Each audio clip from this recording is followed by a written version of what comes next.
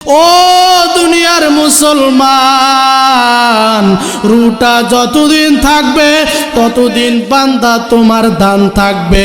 বান্দা যেই টাকা উপার্জন করে, টাকা কামাই করে দামি খাট বানাইছ, বাজার থেকে দামি বিছনা কিনলা, মৃত্যুর পরে ওই দামি খাট থেকে আমারে নামায়া দিবে, ওই দামি পোশাক খুলে ফেলবে, যেই সুকিজের মধ্যে তাকের মধ্যে দামি দামি বিছনা রয়েছে, ওখান থেকে কেউ নামাবে না।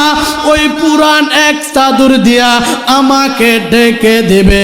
এই বান্দা ওই কবরের মধ্যে যেই শুধু নেক আমল নেওয়া যাইবা, অন্য কোনো আমলের কোনো দাম নাই, অন্য কোনো কিছুর দাম নাই। বান্দা যদি তুমি নেক আমল নেয়া কবরে যাও, বান্দা যদি তুমি নেক আমল নেয়া কবরে যাও, বান্দা তোমার কবরটা হয়ে যাবে জান্নাতে বাগান। বান্দা যদি তুমি নামাজ নিয়ে যাও, বান্দা তুমি যদি জিকির নিয়ে যাও, বান্দা তুমি যদি রোজা নিয়ে যাও, বান্দা যদি তুমি তেলাওয়াত নিয়ে যাও, বান্দা তুমি যদি নেক আমল নিয়ে যাও, ও বান্দা তোমার গায়ে জান্নাতি পোশাক থাকবে। বান্দা তোমার মাটির বিছনাটা রূপার বিছনা হয়ে যাবে, মাটির বিছনাটা স্বর্ণের বিছনা হয়ে যাবে, কবরের মধ্যে নূরের আলো হয়ে যাবে, কবরের মধ্যে জান্নাতের আলো হয়ে যাবে। ফেরেশতারা জান্নাতি খাবার নিয়ে আসবে, ফেরেশতারা জান্নাতের থেকে মাছের কলিজা ভুনা নিয়ে আসবে, ফেরেশতারা জান্নাত থেকে মেশকে আম্বারের চাদর নিয়ে আসবে, বান্দা জান্নাত থেকে তোমার জন্য হুর নিয়ে আসবে। আহা, যদি ওই কবরের মধ্যে বদ আমল নিয়ে যাও, ওই কবরের মধ্যে যদি গুনাহ নিয়ে যাও, ওই কবরের মধ্যে যদি সুদ নিয়ে যাও, ওই কবরের মধ্যে যদি পাপ নিয়ে যাও, ও বান্দা ওই কবরের মধ্যে একটা নয়, দুইটা নয়, 99টা সাপ বাবা ওই কবরের মধ্যে ঢুকায়া দিবে। ওই কবরের মধ্যে সাপ দিয়া দিবে। সামান্য একটা মশার কামড় সহ্য করতে পারি না, সামান্য একটা পিপিলিকার কামড় সহ্য করতে পারি না।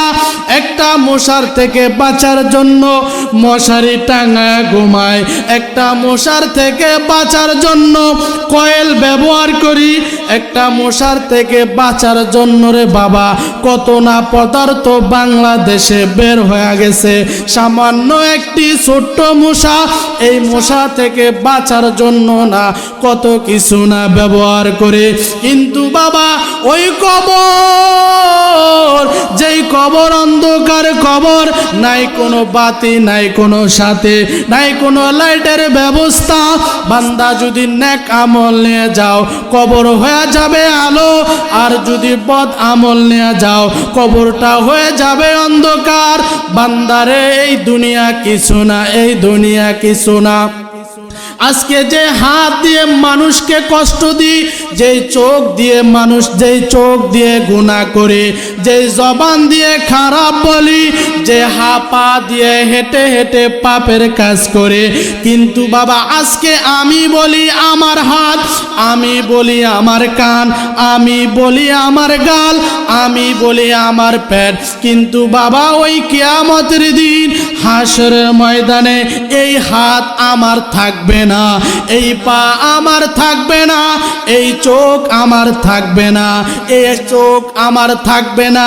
এই হাত আল্লাহকে বলবে, ও আল্লাহ তোমার বান্দাকে এত সুন্দর হাত দিছ, এই হাত দিয়ে গুনাহ করছে।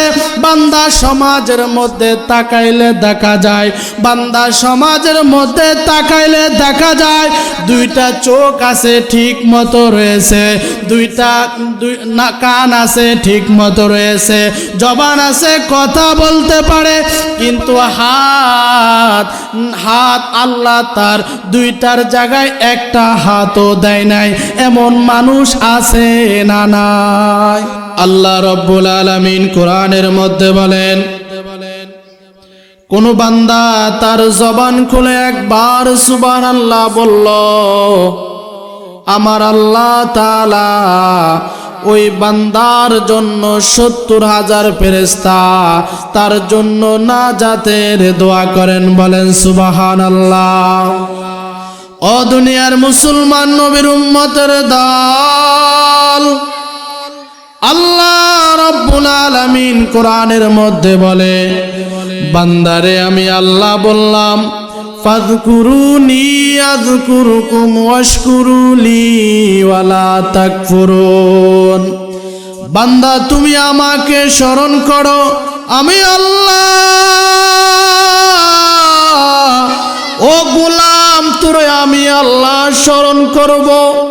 বান্দা দুনিয়ার সমাজের মধ্যে তাকাইলে দেখা যায় বান্দার দূরের আত্মীয়র সাথে যোগাযোগ থাকার কারণে, বান্দা দূরের আত্মীয়র সাথে সংযোগ থাকার কারণে, বান্দা দূরের আত্মীয়র সাথে আসা যাওয়ার থাকার কারণে, ও বান্দা যোগাযোগ থাকার কারণে, আসা যাওয়ার থাকার কারণে বান্দা দূরের আত্মীয় কাছের হয়ে যায়। কথা বলেন ঠিক কিনা?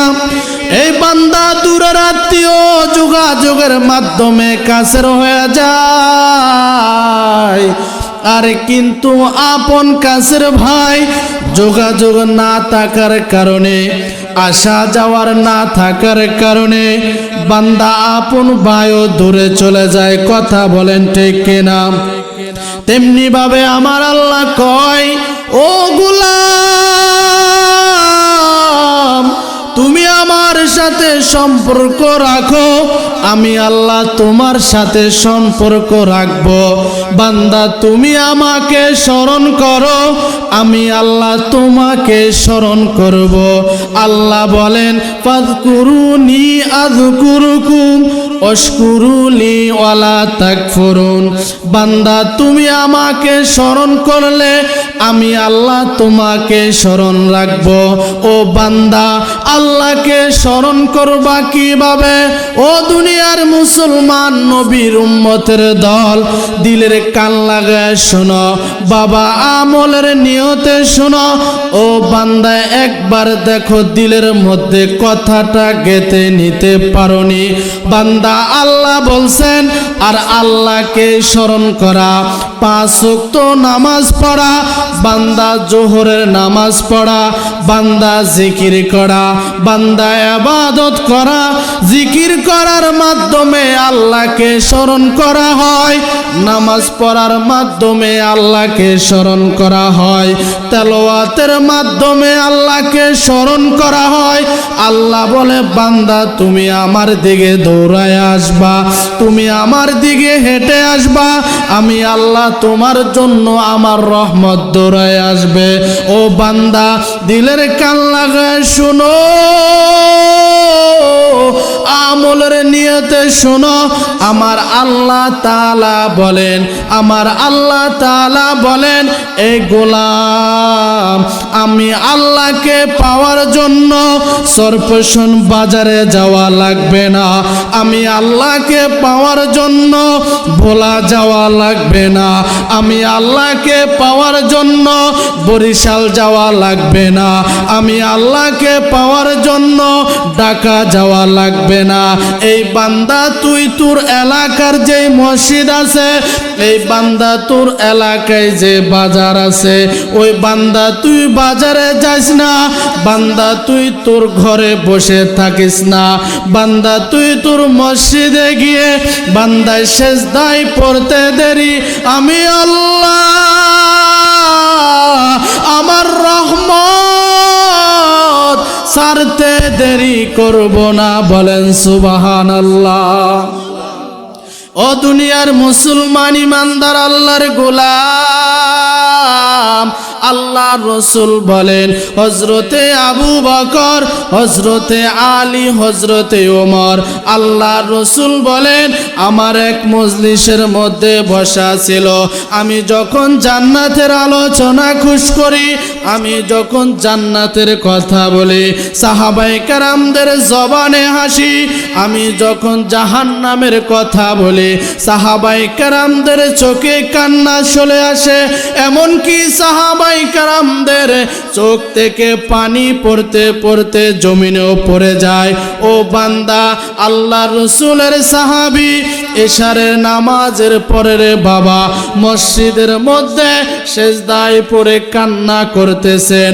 আসমান থেকে ফেরেশতা এসে বলে, ইয়া রাসূলুল্লাহ, আপনার এক সাহাবী মসজিদের কোনায় বসে সেজদায় পড়ে কান্দে। বলে আমার কোন সাহাবী? বলে আপনার সাহাবী তো সাধারণ সাহাবী না, আপনার সাহাবী সাধারণ কোনো সাহাবী না বাবা, আপনার সাহাবী এমন একজন সাহাবী, আমি প্রথম আসমানে উঠলাম, দেখলাম সাহাবীর নামে ফেরেশতা সুসংবাদ করে। বলে আমি দ্বিতীয় আসমানে উঠলাম, দেখি ফেরেশতারা তার নাম নিয়ে আলোচনা করে। বলে আমি তৃতীয় আসমানে উঠলাম, তারপরও দেখি তার নাম আলোচনা করে। বলে আল্লাহ রসুল বলেন, কে আপনার সাহাবী, কে আমার ওই সাহাবী? আল্লাহ রসুল এই কথা বলার পরে জিব্রাইল আলাইহিস সালাতু ওয়াস সালাম বলেন, ইয়া রাসূলুল্লাহ, ওই সাহাবী অন্য কেউ নয়, ওই সাহাবী হচ্ছে আপনার কলিজার টুকরা হযরতে আবু বকর। এ দুনিয়ার মুসলমান, নবীর উম্মতের দল, এই বাগান এমন এক বাগান, যেই বাগানের মধ্যে ঢুকলে আমার আল্লাহ ওই বান্দার জন্য জান্নাতি ফেরেশতা পাঠায়া দেন, আর বলে ও ফেরেশতা যারে যা অমুক জায়গায় যায়া দেখ আমার এক বান্দার, আমার কিছু বান্দা কোরআনের আলোচনা শুনে, বান্দা তুই ওইখানে যা, ওই মজলিসের মধ্যে যারা থাকবে তাদের লিস্টটা আমার জান্নাতি খাতার মধ্যে লিস্ট করে নিয়ে আসেন। বাবা চিৎকার মেরে বলা যাবে নি আল্লাহু আকবার? আর জোর বলেন আল্লাহু আকবার, আর জোর বলেন আল্লাহু আকবার। বাবা যতই আল্লাহরে ডাকবেন আল্লাহ ততই কাছে চলে আসবে। বাবা জিন্দিগিতে কতই গুনাহ করছি, এই কান দ্বারা কত গুনাহ করলাম, এই চোখ দ্বারা কত গুনাহ করলাম, এই জবান দ্বারা কত গুনাহ করলাম, এই হাত দ্বারা কত গুনাহ করলাম। ও বাবা তোদের হাতে পায়ে ধরে বলে, বান্দা দেখো তোমার ডাইনে তাকাও গুনাহ, বান্দা তোমার বামে তাকাও গুনাহ, বান্দা তোর সামনে তাকাও গুনাহ, বান্দা পিছনে তাকাও গুনাহ আর গুনাহ, বান্দা চারিদিকে তাকাও, বান্দা তোর গুনার অভাব নাই, বান্দা তোর পিছনের জিন্দিগিটাতে তাকায়া দেখ শুধু গুনাহ আর গুনাহ। কিন্তু আল্লাহ বলে বান্দা আশ্রে আস, তোর যদি গুনাহ যদি সাগরের পানি পরিমাণ হয়, বান্দা তোর গুনাহ যদি খালের পানি পরিমাণ হয়, শুধু বান্দা তাই না, তুই এত গুনাহ করলা, বান্দা তোর গুনাহ যদি আসমানের মেঘ পরিমাণ হয়, বান্দা গুনাহ করতে করতে বান্দা জমিন থেকে আসমান পর্যন্ত ঠেকে গেছে। বান্দা এত গুনাহ করেছো, আমি আল্লাহর এত মায়া, একবার ডাক দিতে দেরি, বান্দা দিল থেকে যদি ডাক দেওয়া হয়, আল্লাহ বলে তোর অন্তর থেকে যদি আমি আল্লাহকে একবার বলে ডাক দাও, ডাক দিতে দেরি, আসমান থেকে জমিন পর্যন্ত যত গুনাহ আছে আমি আল্লাহ মাফ করতে দেরি করব না। এ দুনিয়ার মুসলমান, নবীর উম্মতের দল, দেখো একজন গুনাহগার হইয়াও আল্লাহ তাআলার কেমন খাঁটি গোলাম হয়ে গেছেন, আল্লাহর জান্নাতি খাতার মধ্যে নাম উঠে গেছে। বলেন আল্লাহু আকবার। বান্দা দেখো কেমন আল্লাহু আকবার, আল্লাহু আকবার। এমন একজন লোক ছিলেন, এক সময় মদ পান করতেন, এক সময় খারাপ কাজে ছিলেন। উনি ইমাম মালিক ইবনে দিনার। উনি এক সময় বাবা গুনার কাজ করতেন, এক সময় নেকের কাজ করতেন না। মদ খায়া রাস্তার কুলে পড়ে থাকতেন। হঠাৎ একদিন রাস্তা দিয়া চলতেছেন, বাবা রাস্তার পাশে কবরস্থান পাশে দেখতে পেলেন। কবরের মধ্যে দেখলেন দুই আল্লাহর বান্দা। কবরের মধ্যে কে জানি বলে মালিক ইবনে দিনার। বলে কে তোমরা কারা, কোথায় থেকে আসছো? বলে আমরা দুনিয়ার কোনো সাধারণ মানুষ নয়, আমরা হচ্ছি আল্লাহ তাআলার ফেরেশতা। আমাদেরকে আল্লাহ তাআলা এই সমাজের মধ্যে পাঠাইয়াছেন। বলে তোমরা তাহলে এখানে কি করো? বলে আল্লাহ পাঠাইয়াছে এই সমাজের মধ্যে। মালিক ইবনে দিনার বলেন ফেরেশতারা বলে এই সমাজের মধ্যে কারা জান্নাতি, এই সমাজের মধ্যে কারা জাহান্নামী, তাদের লিস্টটা করার জন্য আসছে। মালিক ইবনে দিনার বলেন ওগো আল্লাহর ফেরেশতা,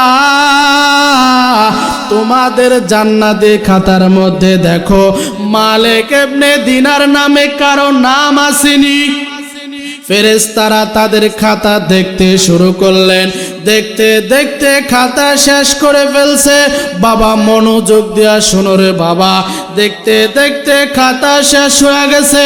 বাবা শেষ পর্যন্ত তার নামটা তাদের জান্নাতি খাতার মধ্যে নাই।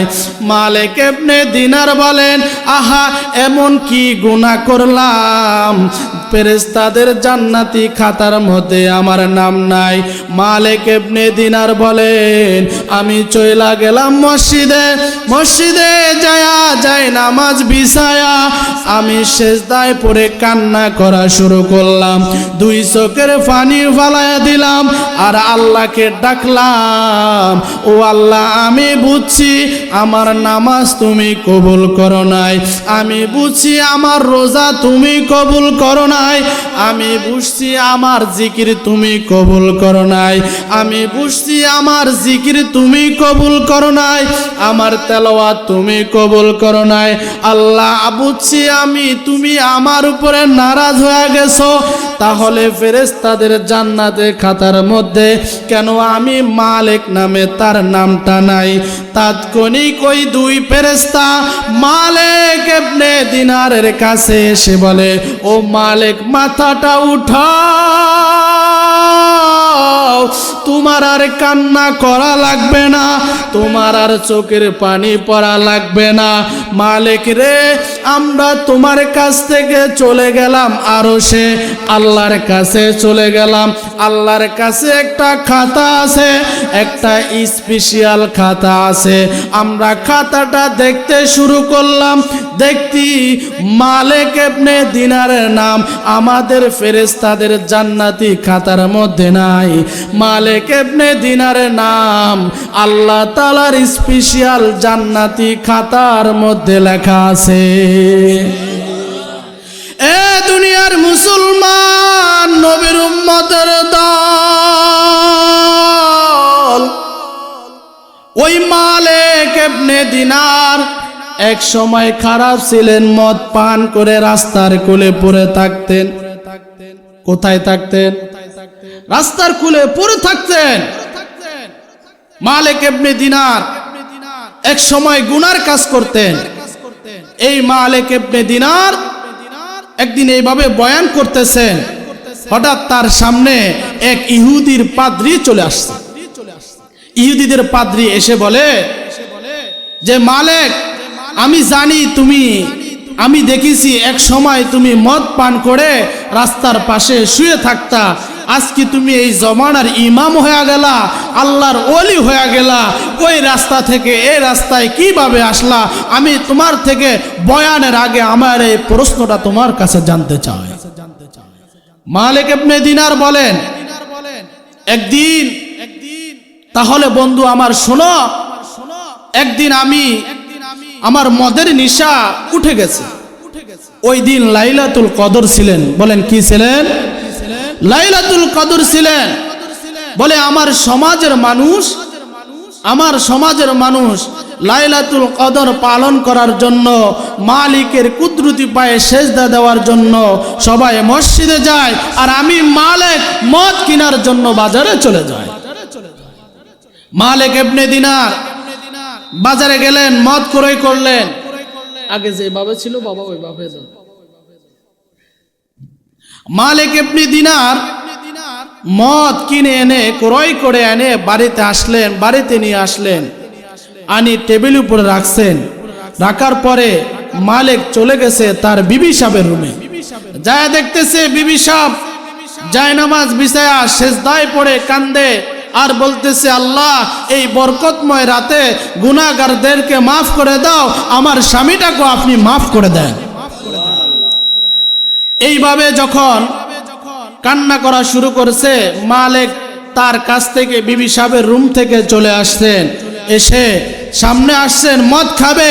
কোনো এক বস্তুর সাথে লেগে মদের বোতলটা পড়ে, বোতল ভেঙে সবগুলি মদ পড়ে গেছে। তার ঘরে একটা কন্যা সন্তান ছিলেন। এই অবস্থা দেখে কন্যা সন্তানটা খিলখিল করে হাসতেছে। মালিক ইবনে দিনার বলে, ও ইহুদি বন্ধু, আমার মদটুকু যখন পড়ে গেছে, আমার মেয়েটা কিলকিল করে আসতেছেন, আমি মেয়েটাকে কিছু বললাম না। একদিন, এক বছর, কয়েক বছর চলে গেল, হঠাৎ করে আমার মদের নেশা উঠে গেল। আমি মদ কেনার জন্য বাজারে চলে গেলাম, মদ কিনে এনে বাড়িতে নিয়ে আসলাম, টেবিলের উপরে রাখলাম। টেবিলের উপরে রাখার পরে বাবা, মদের দিকে যখন আমার নজর চলে গেল, মদের দিকে নজর যাওয়ার পরে ওই যে আমার কন্যা সন্তান ছিল, কিছুদিন আগে আমার কন্যা সন্তানটা মারা গেছে। এইভাবে চিন্তা করতে করতে হঠাৎ করে আমার চোখের মধ্যে ঘুম চলে আসলো, আমার চোখের মধ্যে নিদ্রা চলে আসলো। আমি স্বপ্নে যুগে দেখলাম আমাকে বিশাল এক সাপ আমাকে দৌড়াচ্ছে। আমি সাপের ভয়ে বাঁচার জন্য দৌড়াই, আমি সাপ থেকে বাঁচার জন্য যাই। ও দুনিয়ার মুসলমান নবীর উম্মতের দল, মালিক বলে আমি সাপ থেকে বাঁচার জন্য দৌড়াই। যাইতে যাইতে আমি দেখলাম বিশাল এক দেহের অধিকারী এক বৃদ্ধা দাঁড়ায় রয়েছে। আমি তাকে জিজ্ঞেস করলাম, ভাই আমাকে একটু বাঁচাও, না হলে সাপ আমাকে মেরে ফেলবে। ভাই আমাকে একটু বাঁচাও, না হলে সাপ আমাকে খেয়ে ফেলবে। এইভাবে যখন বলতে শুরু করছেন, বৃদ্ধা বলতেছে, বাবা আমার এমন শক্তি নাই, আমার মাঝে এমন কোনো ক্ষমতা নাই, আমার মাঝে এমন কোনো শক্তিও নাই যে আমি তোমাকে সাপ থেকে বাঁচাইতে পারবো। এই কথা বলার পরে ওই বৃদ্ধা বলে, আমি এতটুক পারবো, তুমি সামনের দিকে যাও, বাম দিকে যেও না, ডান দিকে যাও। ডান সবাই জিজ্ঞেস করে, লা ইলাহা ইল্লাল্লাহ, লা ইলাহা ইল্লাল্লাহ, লা ইলাহা ইল্লাল্লাহ, লা ইলাহা ইল্লাল্লাহ, লা ইলাহা। সবাই লা ইলাহা ইল্লাল্লাহ। আসমানের মালিক যে আল্লাহ, জমিনের মালিক সে আল্লাহ, লা ইলাহা ইল্লাল্লাহ, লা ইলাহা ইল্লাল্লাহ। বাবা হাতে করে হাতের কাম, পায়ে করে পায়ের কাম, জবানে বলো আল্লাহ তাআলার জাতি নাম, লা ইলাহা ইল্লাল্লাহ, লা ইলাহা রিকশা চলে না চালক ছাড়া, নৌকা চলে না মাঝি ছাড়া, দুনিয়া চলে না আল্লাহ ছাড়া, মুমিন চলে না জিকির ছাড়া। লা ইলাহা লা ইলাহা ইল্লাল্লাহ, লা ইলাহা ইল্লাল্লাহু মুহাম্মাদুর রাসূলুল্লাহ। এই মজলিসে আসলে লাভ না লস? বলেন, যারা আসে নাই তারা কি লসের মধ্যে আছে না লাভের মধ্যে আছে? কথা বলেন, লাভের মধ্যে আছে না লসের মধ্যে? আমরা কি মুসলমান না অন্য কোনো জাতি? জবান খুলে বলেন দেখি। যদি মুসলমান হয়ে থাকেন দেখি আর নারায়ে তাকবীর আওয়াজটা কিরকম হয়? নারায়ে তাকবীর, নারায়ে তাকবীর। আল কোরআনের আলো,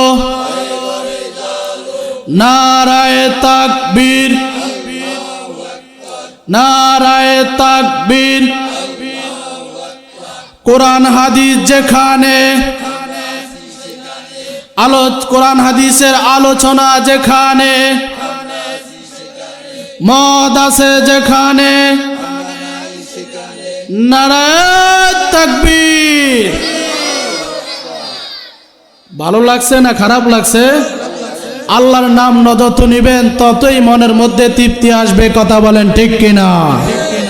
যেথাই যেমন তেমন বেশে, যেথাই যেমন তেমন বেশে, মনের সুখে গাইছে গান, ওয়াজ শুনে বিড়ি টানে, ওরা কেমন মুসলমান? ঠিক কিনা? আছে একদল আছে ওয়াজ শুনতে আছে দাঁড়ায় দাঁড়া বিড়ি টানে, আছে না নাই? যেথাই যেমন তেমন বেশে, যেথাই যেমন তেমন বেশে, মনের সুখে গাইছে গান, ওয়াজ শুনে টিভি দেখে, ওরা কেমন মুসলমান? কথা বলেন ঠিক কিনা? যেথাই যেমন তেমন বেশে, মনের সুখে গাইছে গান, নামাজ পড়ে বিড়ি টানে, ওরা কেমন মুসলমান? ঠিক কিনা? আছে নামাজ পড়ে বিড়ি টানে, এমন আছে না নাই? আপনাদের সমাজ মনে নাই? কথা বলেন ঠিক কিনা? আপনাদের সমাজও আছে? ওরে বাবা রে বাবা, আপনাদের সমাজও আছে এরকম নামাজ পড়ে বিড়ি টানে? আছে? যে ব্যক্তির গালে গন্ধ থাকবে, দুর্গন্ধ থাকবে, ওই ব্যক্তি যদি মেশকা আম্বরের আতর দিয়েও যদি রাস্তায় আসে আর মসজিদের মধ্যে যায়, ওই বান্দার কাছে আল্লাহর ফেরেশতা, রহমতের ফেরেশতা যাবে না। কথা বলেন ঠিক কিনা? আল্লাহর ফেরেশতা যাবে না। তো বন্ধুরা আমার, যেই কথাটা বলতে চেয়েছি, ইমাম মালিক ইবনে দিনার রহমাতুল্লাহ আলাইহি স্বপ্নের মাঝে দেখতেছে তাকে একটা সাপ দাওয়া করতেছে। বৃদ্ধার লগে দেখা হয়ে গেছে। যখন বৃদ্ধাকে বলল, বৃদ্ধা বলল, ভাই আমার মধ্যে এমন কোনো শক্তি নাই, আমার মধ্যে এমন ক্ষমতা নাই যে এই সাপ থেকে আমি তোমাকে বাঁচাইতে পারবো। যখনই এই কথা বলছেন, বলে আমি এতটুক পারবো, আমি তোমাকে পথ দেখা দিই, তুমি সামনের দিকে যাও, ডানে তোমার বামে যাও না, ডানে যাইবা, যাওয়ার পরে একটা উঁচু টিলা দেখবা, পাহাড় দেখবা, ওখানে উঠবা, ওখানে যাওয়ার পরে দেখো তোমাকে কেউ বাঁচানোর জন্য আসেনি। বলেন সুবহানাল্লাহ। মালিক ইবনে দিনার চলে গেছেন, ওই পাহাড়ের চূড়ায় উঠছেন। উঠার পরে পাহাড়ের চূড়ায় দেখতেছে বিশাল এক বালাখানা, সামনে দারোয়ান দাঁড়ায় রয়েছে। যখন দারোয়ান দাঁড়ায় রয়েছেন, দারোয়ানকে বললেন যে ভাই আপনি আমাকে একটু বাঁচান, আমার পিছনে সাপ ধাওয়া করতেছে। যখন দারোয়ানকে এই কথাগুলি বলা শুরু করছেন, তাৎক্ষণিক নজর চলে গেছে ওই যে তার কন্যা সন্তান ছোটবেলায় মৃত্যুবরণ করছে, দেখতেছে তার সন্তানটা তার বাবার দিকে দৌড়ায় আসতেছে। বলেন সুবহানাল্লাহ। ওই সন্তানটা চলে আসলেন, আর এসে বলতেছেন, বাবা তোমার কি হয়েছে, তোমাকে পেরেশানি দেখা যাচ্ছে।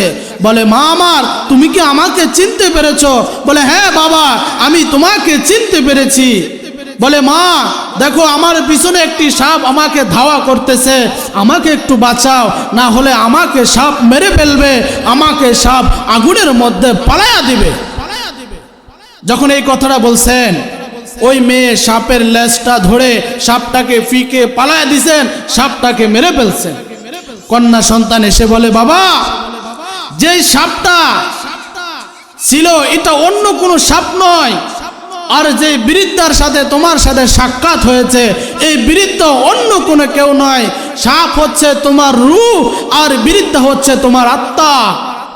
বলে, তুমি দুনিয়ার জমিনে থাকা অবস্থায়, তুমি দুনিয়ার জমিনে থাকা অবস্থায় নামাজ পড়তা না, ইবাদত করতা না, বান্দা জিকির করতা না, বাবা তেলাওয়াত করতা না, বান্দা তুমি নামাজ পড়তা না।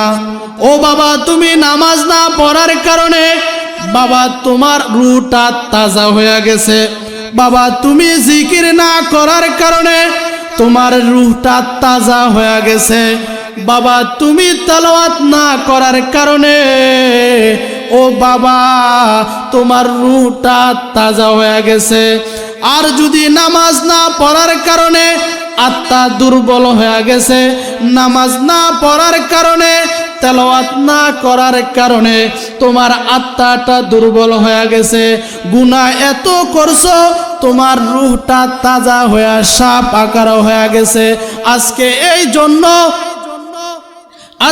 এই জন্য তোমার সাপটা তাজা হয়ে যাওয়ার কারণে, রূহটা দুর্বল হয়ে যাওয়ার কারণে ওই সাপটা তোমাকে, তোমার আত্মা তোমাকে বাঁচাইতে পারলা না।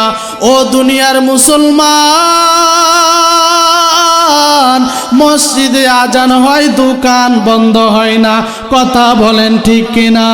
বাবা মসজিদে আজান হয়, বিড়ি খাওয়া বন্ধ হয় না, মসজিদে আজান হয়, ঘরের কাম শেষ হয় না, মসজিদে আজান হয়, চায়ের আড্ডা শেষ হয় না, মসজিদে আজান হয়, বান্দা দুনিয়ার কাজে লিপ্ত, বান্দা মসজিদে যাওয়ার সুযোগ হয় না।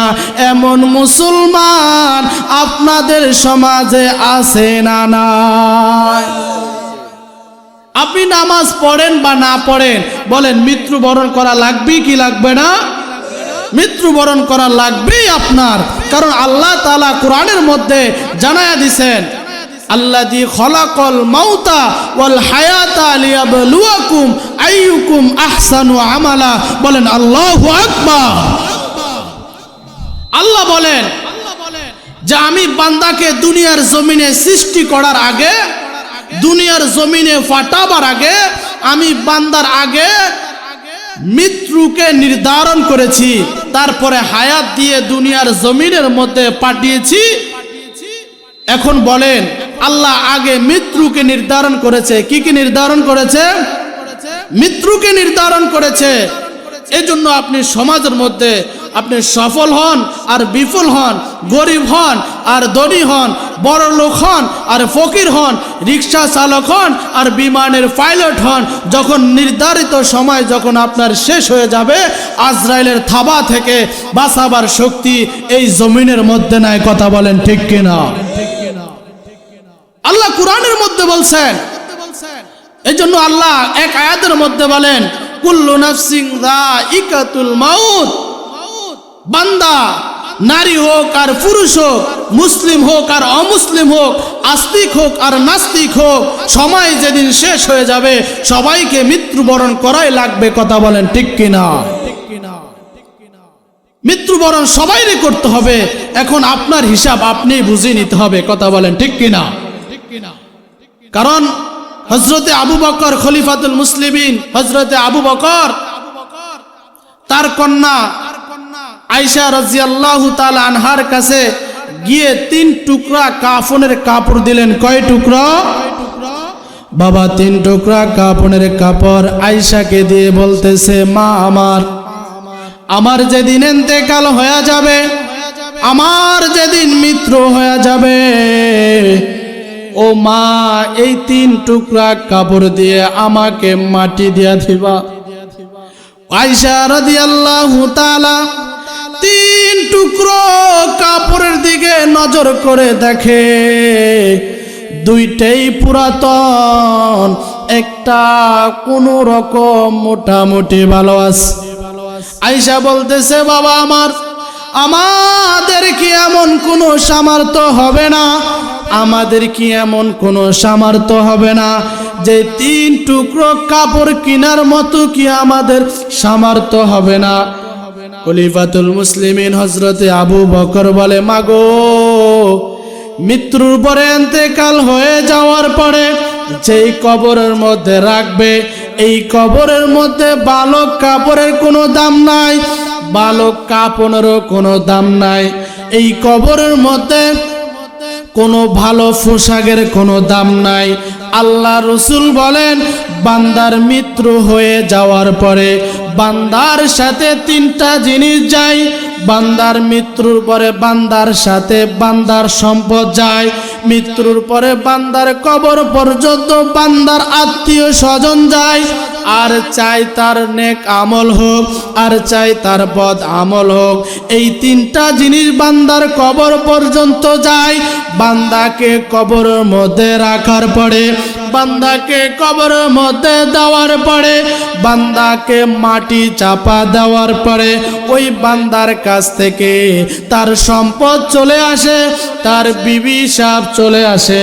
বাবা যেই দিন আমার মৃত্যু হয়ে যাবে, যেই দিন মসজিদের খাট আমার বাড়ির কাছে চলে যাবে, যেদিন আজরাইল আমার জানটাকে নিয়ে যাবে, যেদিন আজরাইল আমার রূহটা নিয়ে যাবে, বাবা মসজিদের খাট আমার বাড়ির কাছে চলে যাবে, আমার ঘরের কাছে চলে যাবে, ওই দিন আমার আত্মীয়, আমার স্ত্রী, আমার মা ওই দিন আমাকে ঘর থেকে দামি খাট থেকে নামায়া দিবেন।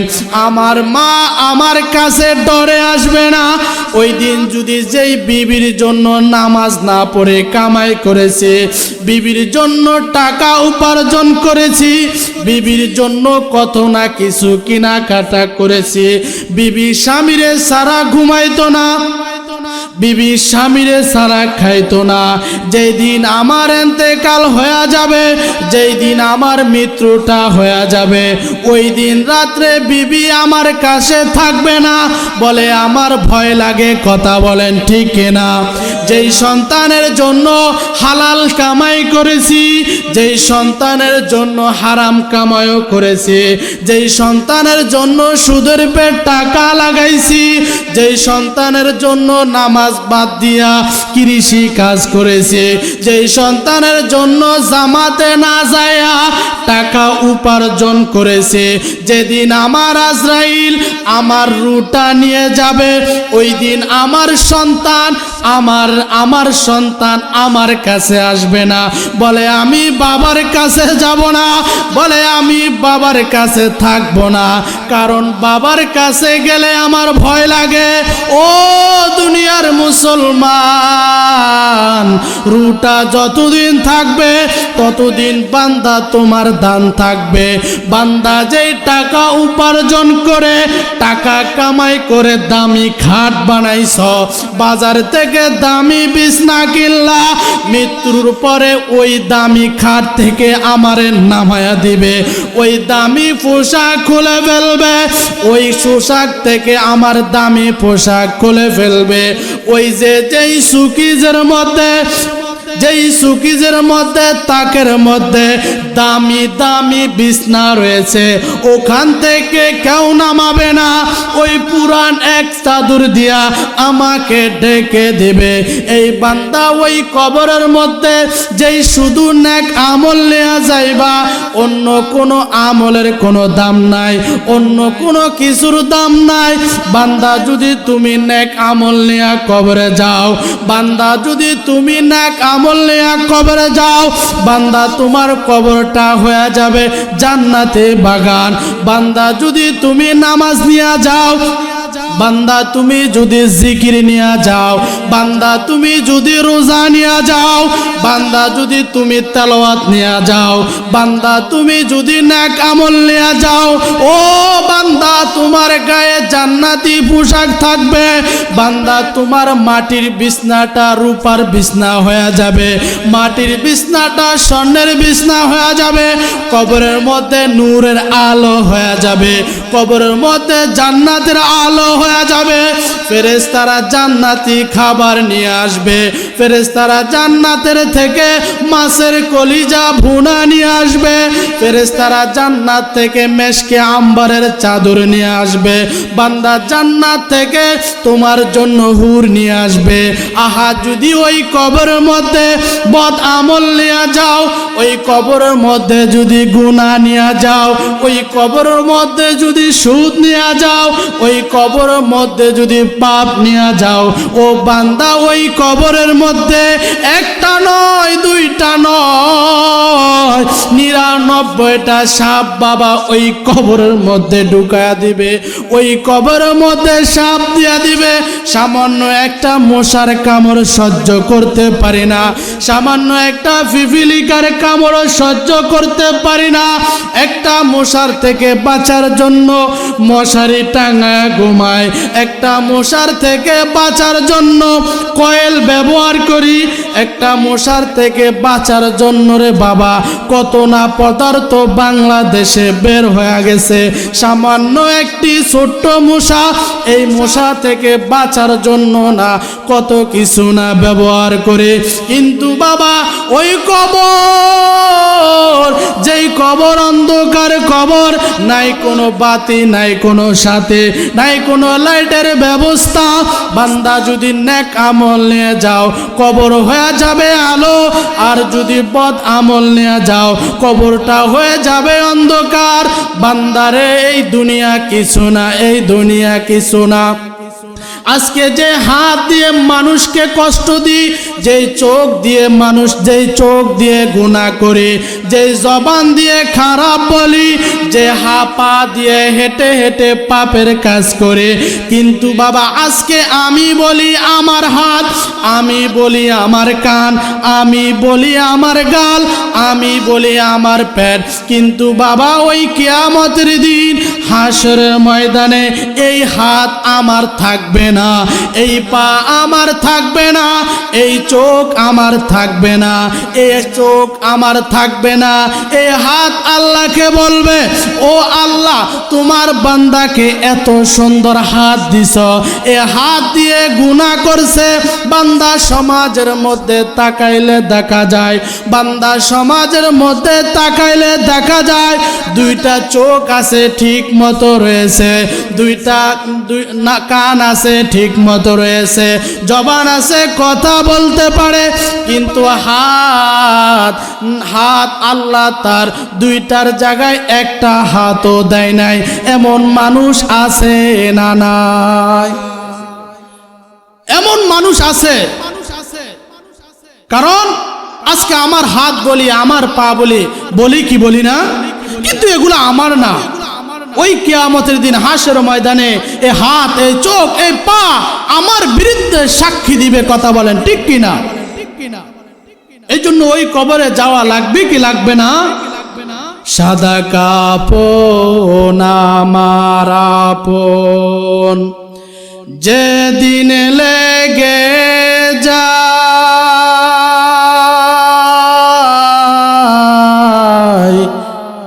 সেদিন তোমরা দিও আমায় জনমে জনমের বিদায়।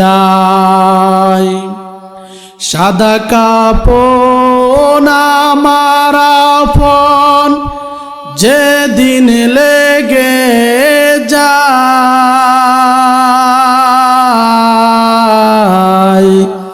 সেদিন তোমরা দিও আমায় জনমের বিদায়। কথা বলেন ঠিক কিনা? যেদিন জনমের বিদায় হয়ে যাবে, যেদিন জনমের বিদায় হয়ে যাবে, যত হাজার চেষ্টা করুন আর কি আপনি এই সমাজে আসতে পারবেন? আসার কোনো আর সুযোগ নাই। বাবারে আমার, আমার আপনার মধ্যে যতদিন রূহ থাকবে মানুষ আমাকে মানুষ বলে দাবি করবে। যেদিন রূহটা চলে যাবে মানুষ আমাকে মানুষ বলে দাবি করব না। বাবা, শেষ মুহূর্তে একটা কথা, একটা মেসেজ আপনাদেরকে দিয়ে যায়। একটা নারীর কারণে 4টা পুরুষ জাহান্নামের মধ্যে জ্বলে। একটা নারীর কারণে কয়টা পুরুষ জাহান্নামে জ্বলে? আজকে আমার আপনার এমন অবস্থা হয়ে গেছেন, বিবি পর্দা করে না। আমার আপনার অবস্থা এমন হয়ে গেছেন, মেয়ে পর্দা করে না। আমার আপনার এমন অবস্থা হয়ে গেছে যে আমার ঘরে বিবি নায়নাত করব, আমার সামনে, মানুষের সামনে, কেউর সামনে পর্দা করে না। যাকে দেখা জায়েজ তার সাথেও দেখা দেয়, যার সাথে দেখা জায়েজ নাই তার সাথেও দেখা দেয়। এমন আছে না নাই? পরিবার কোনটাকে বলে? যেই পরিবারের মধ্যে মেয়ে পর্দা করে, যেই পরিবারের মধ্যে বিবি পর্দা করে, যেই পরিবারের মধ্যে স্বামী পর্দা করে, যেই পরিবারের মধ্যে ছেলে পর্দা করে, ওই পরিবারকে পরিবার বলা হয়। আর ওই পরিবার, যেই পরিবারের মধ্যে মা পর্দা করে, মেয়ে পর্দা করে না, বাবা পর্দা করে, ছেলে পর্দা করে না, ওটা কখনো পরিবার হতে পারে না। কথা বলেন ঠিক কিনা? ঠিক কিনা? কারণ পরিবার কাকে বলা হয়? যে সবাই একই তালে একইভাবে চলে। কথা বলেন ঠিক কিনা? ওটাকে পরিবার বলা হয়। এখন বাবা যদি নামাজ পড়ে, ছেলে নামাজ পড়ে না, মা যদি নামাজ পড়ে, মেয়ে নামাজ পড়ে না, এমন আছে না নাই? এমন আছে। এই জন্য পরিবার যাকে বলা হয়, যে পরিবার হতে হবে, বাবার যদি নামাজ পড়ে ছেলেকেও নামাজি বানাইতে হবে। বাবার মাথার চুলের কাটিং যদি নবীর তরিকা হয়, ছেলের মাথার চুলের কাটিংও নবীর তরিকায় হতে হবে। মা যদি পর্দা করে, মেয়েটাকে পর্দা করতে হবে। যখন এই সব কিছু একত্র এক হবে তখন ওটাকে পরিবার বলা হয়। কথা বলেন ঠিক কিনা? কিন্তু আল্লাহ রসুল সাল্লাল্লাহু আলাইহি সাল্লাম বলেন যে আল্লাহ রসুলকে জান্নাত ঘুরায়া দেখাইছেন। কি ঘুরায়া দেখাইছেন বাবা? জান্নাত ঘুরায়া দেখাইছেন। আল্লাহ রসুল জান্নাত দেখে মুস্কি হাসি দিলেন। জান্নাত দেখে আনন্দে তার বুকটা ভরে গেছে। কারণ জান্নাতের মধ্যে যত পরিমাণ মানুষ আছে তার চাইতে বেশি মুহাম্মদ রাসূলুল্লাহ সাল্লাল্লাহু আলাইহি সাল্লামের উম্মত আছে। বলেন সুবহানাল্লাহ। আল্লাহ রসুলের বুকটা ভরে গেছে। কিন্তু আল্লাহ রসুলকে যখন জাহান্নাম দেখাইছেন, জাহান্নাম দেখানোর পরে আল্লাহ রসুলের মনটা বেজার হয়ে গেছে, চেহারাটা মলিন হয়ে গেছেন। যাহারে জাহান্নামের মধ্যে পুরুষের চাইতে মহিলাদের সংখ্যাই বেশি। জাহান্নামের মধ্যে পুরুষের চাইতে মহিলাদের সংখ্যা বেশি। কারণ কোন নারী যদি কোনো বেগানা পুরুষকে একটা চুল, কয়টা চুল? একটা চুল যার সাথে দেখা দেওয়া জায়েজ নাই, তাকে যদি একটা চুল যদি কোনো নারী, কোনো পুরুষ দেখে, বেগানা পুরুষ দেখে, ওই নারী একটা চুলের কারণে তাকে জাহান্নামের আগুনে জ্বলতে হবে। আজকে তো আমরা একটা চুল তো দূরের কথা, মাথায় অন্যায় থাকে না। কথা বলেন ঠিক কিনা? সেজে গুজে আফুরে কোথায় যাও দুপুরে, ওরে আপু শুনে যাও বোরে কাটা পরে যাও।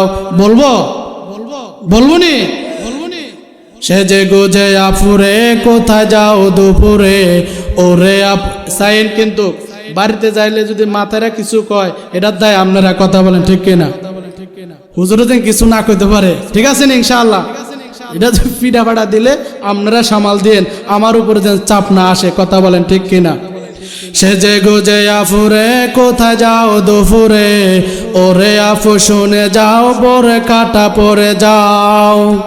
সেজে গুজে আফুরে কোথায় যাও দুপুরে, ওরে আফু শুনে যাও পরে কাটা পরে যাও। বোর কাটা পরে গেলে লাভ কি জানিস, বোকাটে যুবক দেখে দিবে না রে শীষ তোরে, রিক্সাওয়ালাই দেখে দিবে না রে শীষ। সেজে গুজে যখন তুমি হেঁটে যাও বোন, তোমার দিকে ছুটে যায় কত যে নয়ন। সেজে গুজে যখন তুমি হেঁটে যাও বোন, তোমার দিকে ছুটে যায় কত যে নয়ন। তোমার ওই বাপ দেখে বুকাটির দল, মোবাইলে নয় চোখে দেয় মিস কল, কথা বলেন ঠিক কিনা? তোমার ওই বাপ দেখে বলে তারা মুখ বেঁকে, তোমার ওই বাপ দেখে বলে তারা মুখ বেঁকে, মেয়েটি কি দেখতে সুন্দরী, বোকাটে যুবক দেখে দিবে না রে শীষ তোরে, রিক্সাওয়ালাই দেখে দিবে না রে শীষ। এত যদি থাকে তোমার অর্থের অভাব, আমাদের কাছে এসে বলো সেই বাপ। আমরা কজন দেখি বন্ধু মিলে, একটা বোরকা কিনে দিব চাঁদা তোলে, তবু বলি অগবন পর্দায় ঢাকমন, তবু বলি অগবন পর্দায় ঢাকমন, হয়তো বাপাবে ফাতেমার সুপারিশ। সেজে গুজে আফুরে কোথায় যাও দুপুরে, ওরে আফু শুনে যাও পরে কাটা পরে যাও। ভালো লাগছে না খারাপ লাগছে? এই কথার মধ্যে, এই গজলটার মধ্যে, কথার মধ্যে মহিলাদের পর্দার কথা আছে না নাই? যদি আপনি পর্দা করেন, যদি আপনি পর্দার মধ্যে থাকেন, তাহলে আপনি ফাতেমার সুপারিশ আপনি পেয়ে যাবেন, ফাতেমার সুপারিশ আপনি পেয়ে যাবেন। আপনি জান্নাতে থাকতে পারবেন, খাদিজার সাথে আপনি জান্নাতে থাকতে পারবেন, আয়েশার সাথে আপনি জান্নাতের মধ্যে থাকতে পারবেন, কথা বলেন ঠিক কিনা? এই জন্য বাবা, আপনি যতই নামাজি হন, আপনি যতই রোজাদার হন, আপনি নামাজ পড়তে পড়তে কপাল দাগ করে ফেলছেন, নামাজ পড়তে পড়তে আপনার কপাল দাগ হয়ে গেছে, হাঁটু দাগ হয়ে গেছে, আপনার হাত দাগ হয়ে গেছে, রোজা রাখতে রাখতে সুটকি হয়ে গেছেন, দুর্বল হয়ে গেছেন, হজ করতে করতে অর্থ সম্পদ কমে গেছে, যাকাত দিতে দিতে আপনার সম্পদ কমে গেছে, আপনি ঠিকই জান্নাতি ঘোষণা পেয়ে গেছেন, কিন্তু আপনার বিবি যদি জান্নাতি না হয়, আপনার বিবি যদি জাহান্নামী হয়, আপনার মেয়ে যদি জাহান্নামী হয়, আর আপনি জান্নাতি হয়েছেন, খোদার কসম একবার, খোদার কসম দুইবার, খোদার কসম তিনবার, আপনি জান্নাতে যেতে পারবেন না। আপনার বিবি, আপনার মেয়ে আপনাকে জাহান্নামের দিকে নিয়ে যাবে। আপনি যত যায় কোন, এবার আপনার হিসাব আপনি মিলায় নেন যে আমার জান্নাতে যেতে হলে আমার বিবিটাকে পর্দার মধ্যে রাখতে হবে, আমি জান্নাতে যেতে হলে আমার কন্যাটাকে পর্দার মধ্যে রাখতে হবে। কারণ ওই দিন যখন আপনার বিবিকে, আপনার কন্যাকে যখন জাহান্নামের দিকে নিয়ে যাওয়া হবে, আর আপনাকে যখন জান্নাতের দিকে নিয়ে যাওয়া হবে, তখন আপনার কন্যা আল্লাহকে বলবে, আল্লাহ তুমি আমাকে কেন জাহান্নামের দিকে নিয়ে যাও? আমাকে আমার বাবাই তো অশ্লীল পোশাক কিনে দিয়েছে, আমাকে তো অশ্লীল পোশাক আমার বাবাই কিনে দিয়েছে, আমি সিনেমা দেখেছি, আমার বাবা বাধা দেয় নাই, আমি গুনাহ করেছি, আমার বাবা বাধা দেয় নাই, আমি নামাজ পড়ি নাই, আমার বাবা নামাজের কথা বলে নাই, আমি বেপরদায় রাস্তায় গিয়েছি, বেপরদায় স্কুলে গিয়েছি, বেপরদায় কলেজে গিয়েছি, আমার বাবা আমাকে বাধা দেয় নাই। যদি আমাকে জাহান্নামের দিকে, জাহান্নামে দিতে হয়, আমার বাবাকে আমার সাথে জাহান্নামের মধ্যে দিতে হবে। আর যদি বাবাকে জান্নাতে দিতে হয়, তাহলে বাবার সাথে আমাকেও জান্নাতের মধ্যে দিতে হবে। এবার আপনার হিসাব আপনি মিলিয়ে নেন, আপনার বিবি সাহেব পর্দা আছে কিনা নাই, আপনার কন্যা পর্দা আছে কিনা নাই। যতই রোজা করেন, যতই নামাজ পড়েন, বিবি সাহেব কন্যাকে পর্দায় না রাখা পর্যন্ত জান্নাতের আশা করা নষ্ট। ডিম থেকে যেরকম বাচ্চার আশা করা যায় না, কাঁঠাল গাছ থেকে নারিকেল আশা করলে কখনো হবে? মন্দার গাছ থেকে তরমুজের আশা করলে হবে? যেরকম ভাবে কাঁঠাল গাছ থেকে নারিকেল আশা করলে হয় না, নারিকেল গাছে সুপারির আশা করলে হয় না, তেমনি ভাবে বিবি কন্যা সন্তান বেপরদায় থাকলে জান্নাতের আশা করা একমাত্র ভুল। কথা বলেন ঠিক কিনা? এই জন্য মুসলমান বন্ধু আমার, অনেক আলোচনা হয়েছে, আলোচনা সব সময় শুনে থাকেন। যদি একটা কথার বিনিময়ে যদি আমার আপনার জীবনটা পরিবর্তন হয়ে যায়, বিবি সাহেবের পরিবর্তন হয়ে যায়, কন্যার পরিবর্তন হয়ে যায়, আমি নিজেও পরিবর্তন হয়ে যায়, আমি নামাজি ছিলাম না নামাজি হয়ে গেছি, আমি রোজাদার ছিলাম না রোজাদার হয়ে গেছি, আমি জিকির করলাম না আমি জিকিরওয়ালা হয়ে গেছি, আমি হজ করলাম না হজ করে ফেলছি, আমি দান করলাম না আমি দান করতে শুরু করেছি। বাবা, কোন সময় কোন ইবাদতের মাধ্যমে আল্লাহ তাআলা তার বান্দাকে জান্নাতি বসে ঘোষণা দিয়ে যায়, এটা আমার আপনার জানা নাই। এই জন্য ছোট হোক নেক ছোট হোক ছাড়তে নাই, গুনাহ ছোট হোক ছেড়ে দেওয়া। কথা বলেন ঠিক কিনা? এই জন্য মুসলমান বন্ধু, আল্লাহ তাআলা কোরআনের মধ্যে বলেন, ইন্না নাহনু নাযালনা যিকরা ওয়া ইন্না লাহু লাহাফিজুন। আল্লাহ রাসূল বলেন, ও নবী, আপনি আপনার উম্মতকে জানায়া দেন যে আমি আল্লাহ কোরআন সৃষ্টি করেছি, আমি আল্লাহ কোরআন নাজিল করেছি, আমি আল্লাহ কোরআনকে সৃষ্টি করলাম, আমি আল্লাহ কোরআনকে নাজিল করলাম। এই কোরআনের পাতা পৃষ্ঠা, এই কোরআনের হরফকে, এই কোরআনের জবর নক্তাকে হেফাজতকারী আমি আল্লাহ নিয়ে নিলাম। আমি কোনো নবীর কাছে দিই নাই, আমি আপনার কোনো উম্মতের কাছে দিই নাই। ও নবী, আপনি শুনেন, আপনার উম্মতকে জানায় দেন, এই কোরআনের আমল যে করবে, এই কোরআনের তাজিম যে করবে, আমি আল্লাহ আপনার ওই উম্মতকে হেফাজত করব। বলেন সুবহানাল্লাহ। আল্লাহ কোরআনের মধ্যে বলে দিছেন, যালিকাল কিতাবু লা রাইবা ফীহি হুদাল লিল মুত্তাকিন।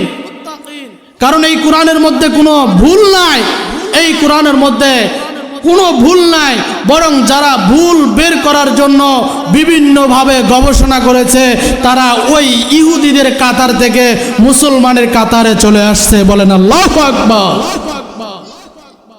আল্লাহ কোরআনের মধ্যে বলছেন যালিকাল কিতাব, কারণ এই কিতাবের মধ্যে কি নাই? কোনো ভুল নাই। আর কোনো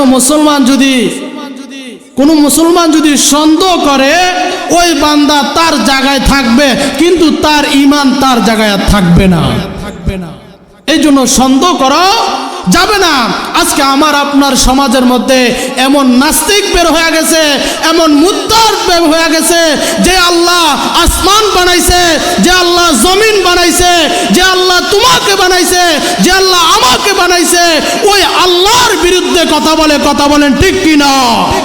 এই জন্য যে রসুলের বিরুদ্ধে কথা বলবে, যে আল্লাহর বিরুদ্ধে কথা বলবে, ইমানের হুঙ্কার দিয়ে হলো, জীবনকে বাজি রেখে হলো, রক্ত দিলে হলো, একবার নয় হাজারবার মৃত্যুবরণ করতে রাজি, এই নাস্তিককে প্রকাশ্যে ফাঁসি দিতে হবে। কথা বলেন ঠিক কিনা? ফাঁসি দিতে হবে। কারণ ওই আল্লাহর নামে কটূক্তি করতেছে, নবীর নামে কটূক্তি করতেছে।